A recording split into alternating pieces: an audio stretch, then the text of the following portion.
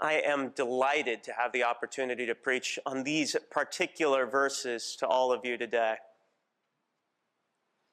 So I think it's so hopeful. It is something that is so needed, I think, for so many. One thing I run across with theologically orthodox Christians is this, all too often I find this, there's just this heaviness about them. This world weariness, this sense that there's nothing good to look forward to in this world. The church has lost so much of its cultural power. Christianity is no longer the force that it once was on the political stage, the cultural stage, and consequently, what good is there? It's just this slow dying of an empire that's left to watch this almost hopeless situation that no one can do anything about. That is grim. That is sad. There's not much joy in that. And to some extent, I don't want to pretend that some of those fears aren't grounded in something. I think it's well worth noting, yes, Christianity is no longer the cultural force that it once was in the United States. No longer is Christian thought something that you can just count on as normative in any group of people. No longer can you count on the fact that, kids are just going to naturally grow up and become Christian. It's just what they do. I think, yes, churches in a lot of cases are shrinking, but I don't think the correct response to all of this, the biblical response, is just to give up hope and say, well, there's nothing to do. Just is what it is, and we can just all be sad forever. Because God has a response to the things going on in the world. It's not hopelessness. Let's dig in. We'll get to it as we go. Verse 27, and by the way, we're opening halfway through a story, right? Last week we saw Jesus at the well of Jacob. He met this woman, this Samaritan, a group that is historically enemies of the Jewish people. Samaritan woman, men didn't speak to women in public without a husband or a brother being present. It's just to show that everything's legitimate, no funny business. And she's also someone that came to the well at noon. She came to the well at the hottest portion of the day. Normally, the woman of the household would go get water in the morning. And yet this woman has gone at the least convenient time when no one's going to be there. I suggested that we can kind of see why she might have done that. If we look at her life, she's been married to 5 men. She's living with a 6th. This is someone that today would likely be someone who gets gossiped about. And if it's true today, it's infinitely more true in first century Israel. That would have been a big deal. That would have been huge, juicy gossip. She probably would have been ostracized. That would be very, very normal for almost any first century Middle Eastern community. She would be an outcast. So there's this conversation happening between Jesus and this person who's just not the kind of person that you're supposed to talk to. Jesus talks to her. He notices this thirst she has for something more in life, that she's been looking for a point, and she has not found it in the places that she's been seeking it. He introduces himself to her as Messiah. And that's where we stopped. We didn't see her reaction. I think I kind of implied it was positive, so apologies for giving a spoiler. But you can see here in verse 7, now we get to see her response. Although first we see the disciples coming back. They went to go get food. Now they're coming back. Verse 27, just then his disciples returned and were surprised to find him talking with a woman. But no one asked, what do you want, or why are you talking with her? Notice that the disciples find him having this bizarre, kind of sketchy conversation with someone, but what's their response? Trust. They trust Jesus, even though he's doing something that normally it would be reasonable to interrogate someone about. Why are you doing that? What on earth are you doing? But they don't stop and interrogate him. They trust that their teacher knows something that they don't. And maybe, if they just wait, they will learn. You got to be able to trust teachers if you really want to learn from them, right? There's so much that we don't understand. And that's the whole thing about teachers. They're trying to teach us what we don't know. If every time they do something that is unexpected, we start interrogating them, we're never going to get anywhere. Can you imagine if a middle schooler walks into math class for the first day in a new school year, and a teacher goes to the board, and lo and behold, they start writing letters next to the numbers. And the student stands up outraged and says, "What are you doing? Everyone knows letters are for English and numbers are for math. I don't trust you anymore. You need to explain yourself. I'm going to bring in the principal and we're going to have a talk about this because I don't think you know what you're talking about." That student would never learn anything. They don't understand algebra yet, so they have to sit and trust the teacher, even when the teacher does things they certainly don't expect. The same is true for us. We have to trust teachers. When we find a teacher that we really want to learn from, we have to be willing to trust them, even when they surprise us sometimes. And if that's true about earthly teachers, how much more true is that about God? God, who knows everything, seeks to teach us things over the course of our lives. And if we don't trust him, we're not going to learn what he's trying to teach us. I mean, just think about it. How many times in your life have you wound up in a place that you did not expect to be in? How many times have you not gotten what you expected to get, or just been frustrated at where you ended up? How often have you been tempted to say, "God, what are you doing? Come on! This is not the way this is supposed to go." We know that we don't know everything and that God does, but it is so tempting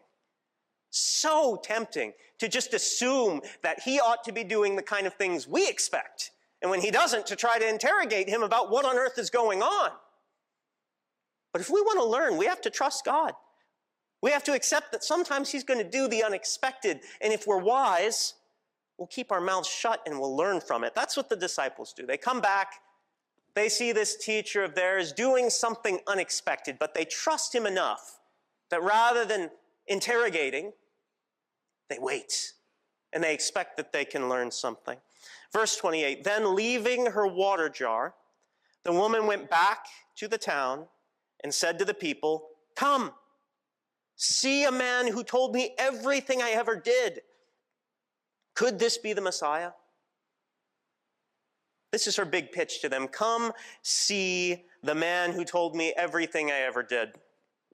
Now, on its face, that seems primarily excited about Jesus' ability to know things he shouldn't be able to know. And that's certainly a big part of it, right? Jesus knew things about her that he had no way of knowing. That is pretty impressive. And if we didn't know the context, I would say that's enough. That's plenty. Okay, we get the gist of it. But there's more to it than that, because we know the kinds of things Jesus told her. We know that Jesus didn't just point out random details about her life. He didn't even point out, good things or neutral things. He pointed out ways in which she had done things that were not according to God's law. He pointed out that she had the very thing that probably ostracized her in the eyes of others in the city, the fact that she had 5 husbands and was living with the 6th man right now, even though she was not married. That's what Jesus talked to her about. This wasn't just any kind of knowledge that he had about her. It was knowledge of the ways in which she had fallen short. Now, certainly he convicted her that these were not the sorts of things she ought to be doing, that this was a thirst for something more in life. But at the same time, what's the most exciting thing for her about it? That this guy knew the things that she had done wrong, and he still wanted to talk to her. This person, what makes them Messiah, not just their knowledge, but the fact that they still want a relationship despite knowing the ways in which she had fallen short. They still want the best for her in spite of knowing that.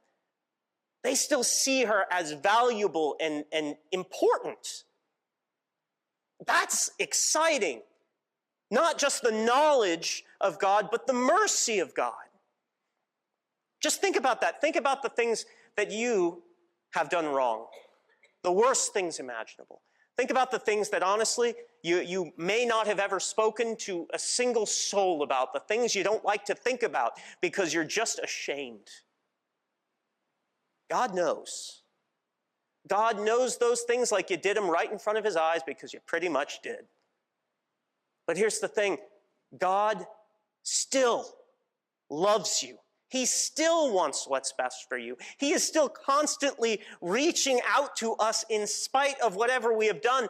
God, the delight of God knowing the things that we have done is not just that he's all-knowing, but that he's so merciful that in spite of the ways in which we fall short, he continues not to give up on us. He continues to reach out to us. He continues to seek ways to help us find what is good. That's why this is so exciting to this woman. God's knowledge and God's mercy. And she goes around, she tells everyone in town. This woman who would be the subject of gossip does not cease telling anyone she meets about the wonders of this person she met at the well. She puts herself on the line, and notice that her story, everyone knows, right? There's no way you secretly marry 5 different men. Like that's not a secret. Everyone would know what the kinds of things that would make her the subject of gossip, but she's not ashamed to be honest about where she's at in life if that's going to help people engage with Jesus. Because here's the thing, Jesus was the one who talked to her, even though she was not the kind of person that most people would bother talking to. He reached out to her when no one else would. Now there is nothing she wouldn't do for him. We see all that going on, and then we return to the disciples. Here they are. Meanwhile, the disciples urged him, "Rabbi, eat something." Remember, they went into town to get something to eat. That was the whole thing they were doing. I don't know what they got, first century equivalent of some McDonald's. So they went out, they got some food for Jesus, they bring it back, he's not eating.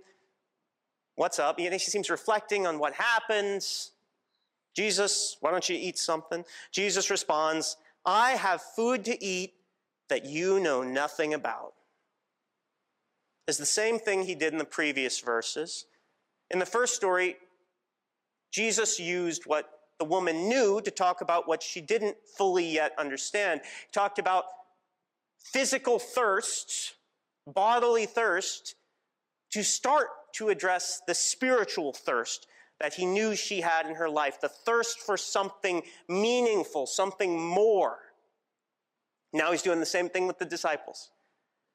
He starts by talking about physical bodily hunger, and he moves on to start to address the spiritual hunger that he knows is in their lives. Now, these guys don't pick up on it immediately. They start thinking, could someone have brought him food? I don't know, someone sneak Jesus a burger? What's going on? Jesus responds and makes it clear. Verse 34, "My food is to do the will of him who sent me and to finish his work." Spiritual thirst is what we dealt with in the first half, this thirst to have a meaningful understanding of who you are in the world, to understand the point of life. And that's good, right? We saw that this woman wanted more, and she encountered the Messiah. And that's good, but that alone is not enough. Just knowing who Jesus is, that you're saved, that someday you might go to heaven, all this kind of stuff, that's good, but it doesn't solve the problem of the day in, day out. Because tomorrow morning is just another day. And you still got to get through one more day, and you might have a big picture of what's going on. But in the long run, if the big picture's all you got, that's going to make the day in, day out all the more dull. You're just killing time. Just killing time until everything gets to the good part. You need something more than just a basic understanding of the fact that there's a meaning to life. You need to understand how the day in, day out makes a difference. How every minute of your day is something worth looking forward to. And that's what Jesus is pointing to. Now he's pointing to spiritual hunger. You have the thirst to know why the world is meaningful and a hunger to live out that meaning every second of the day. And Jesus says, here's the thing. God has work set out for you. When you wake up in the morning, God has work that he wants you to do. How exciting is that? I mean, how often do you wake up in the morning and think to yourself, man, I am going to go do the will of God today? I don't know. I know very often I start out with a list of stuff. The list of stuff you have to do, the meetings you have to get through, the paperwork that needs done, the chores you got to get through. That's dull, deadly dull. And that's not to say things like that don't need done, but unless you put it in some kind of meaningful context, it's just blah. It's so pointless. But here's the thing. Every day we wake up, Jesus says God has put this hunger in us to do meaningful work. And every day God has given, he's set work before us for him.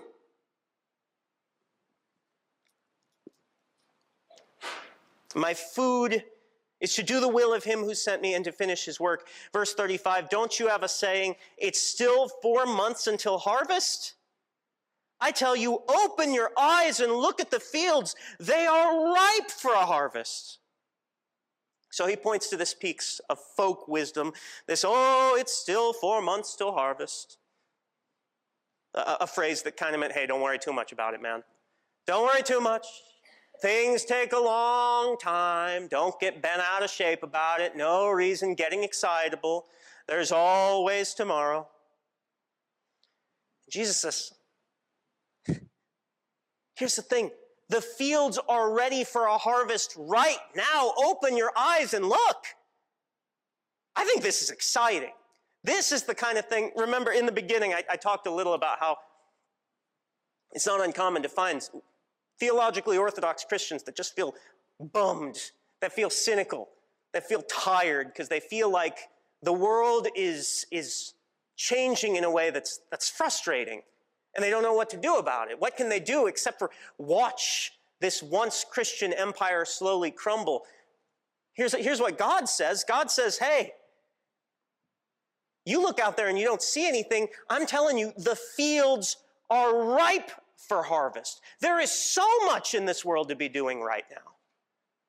The answer is not, just give up and feel sad. The answer is get out there and recognize the thirst that people have for the good news that you carry. All of the ways that you can bring glory to God in this world around you. There is so much. And as frustrating as details might be, when you think about it, think about all the people that are wondering what the point is.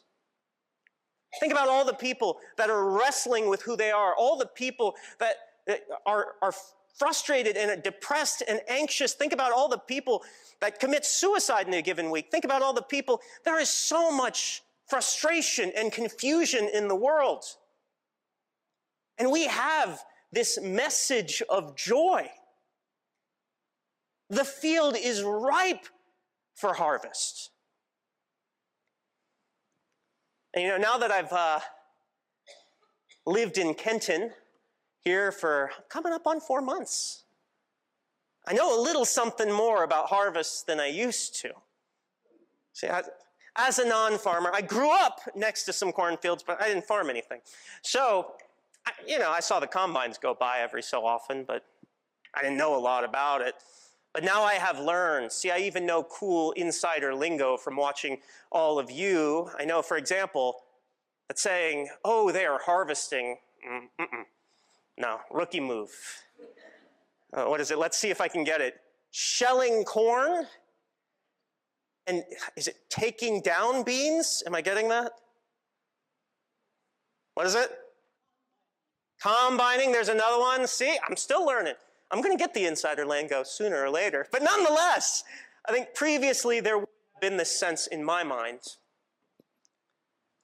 that maybe a temptation to suggest, harvest, that's the easy part. That's the good part. You just go out and get the stuff. All of the hard work has been done. You just go out and get the good stuff. But for the past few weeks, I've seen all of you harvesting, and it is not easy work. The farmers among us well know, as some of you have told me, stories of how long you've been in your fields. Harvesting is hard work. It takes extra work, if anything. But here's the thing. It's not that it's extra work to be in harvest season. There is extra work, but there's also this tangible reward at the end. That's what God sees. God's not inviting us to just take it easy and pluck the fruits of our labor simply and gracefully because we don't even have to try because it's harvest season. No, if it's harvest, there's still work to be done. But God knows that there is this obvious, tangible benefit waiting at the end of it. Our work is not something that we will never see any fruit from. It's right there. All we have to do is put in the work.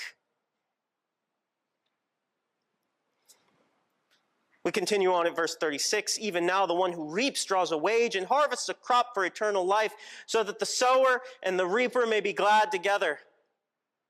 Thus the saying, one sows and another reaps, is true. I have sent you to reap for what you have not worked for. Others have done the hard work, and you have reaped the benefits of their labor. So here, again, Jesus uses a piece of folk wisdom and kind of flips it upside down. You've all heard this saying, that one sows and another reaps. In other words, one person puts in the work at the beginning of the process, but they're not always the person that gets to see the benefit because someone else comes along and ends up benefiting near the end of the process. And Jesus is saying, yeah, that's true, but it's a good thing. And you'll see here in your bulletin, I think John Calvin nailed this one. One of the reformers, he writes, one sows and another reaps.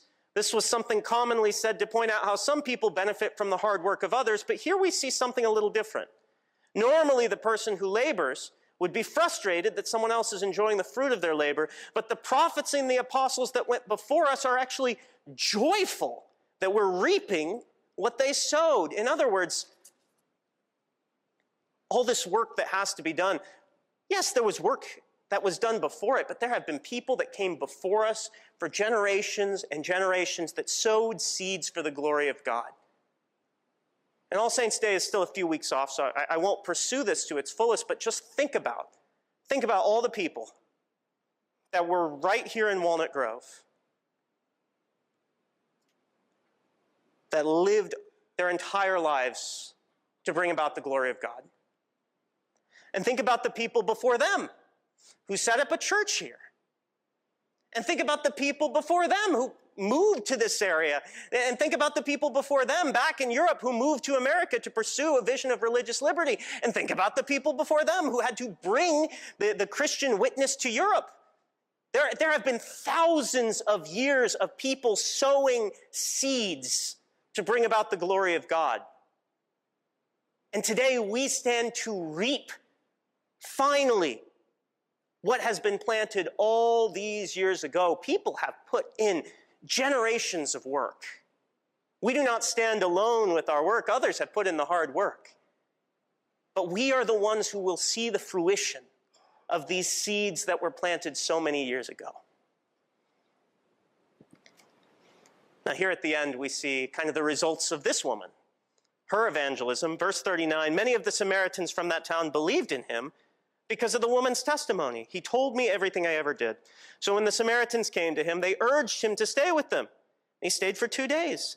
And because of his words, many more became believers. They said to the woman, we no longer believe just because of what you said. Now we have heard for ourselves. And we know that this man really is the Savior of the world. Here at the end, this woman witnesses to all of her friends. They all come to Jesus. And we see this incredible thing, this region that no Jew would go to, Samaria, this region that people actively avoided because they were trouble. What happens there? That's the place. In all of the gospel, it's so rare to see people this excited about Jesus, this interested to sit and learn from him. But here, the people of all places, Samaria, are the ones who say, Jesus, please stay with us. Please teach us more. The least likely people are the ones that most want to hear more from Jesus. And why? Not just because of her witness, but because they are eager to see Jesus' work in their lives. They want to hear from him personally. And I think that's another piece of that good news. With all of the sense that, oh, the world is changing and there's just no hope anymore. So much of that assumes that the incredible things that we've seen God do in our lives are done. That he won't do those for other people. That not only are they not thirsty or hungry spiritually, but that God's done. He did stuff for us, and now he's done. That's not the case. God is not finished. God is waiting to work in the lives of so many other people. God has not called us to just be, this sad, waning cultural force. God never said following him was going to be easy. God is not done. God is eager to do new work, to do incredible things in the lives of people that are thirsty and hungry, to do things in the lives of people that you wouldn't expect. The field is ready for harvest. Open your eyes. All we have to do is go out, trust God, and reap. Amen.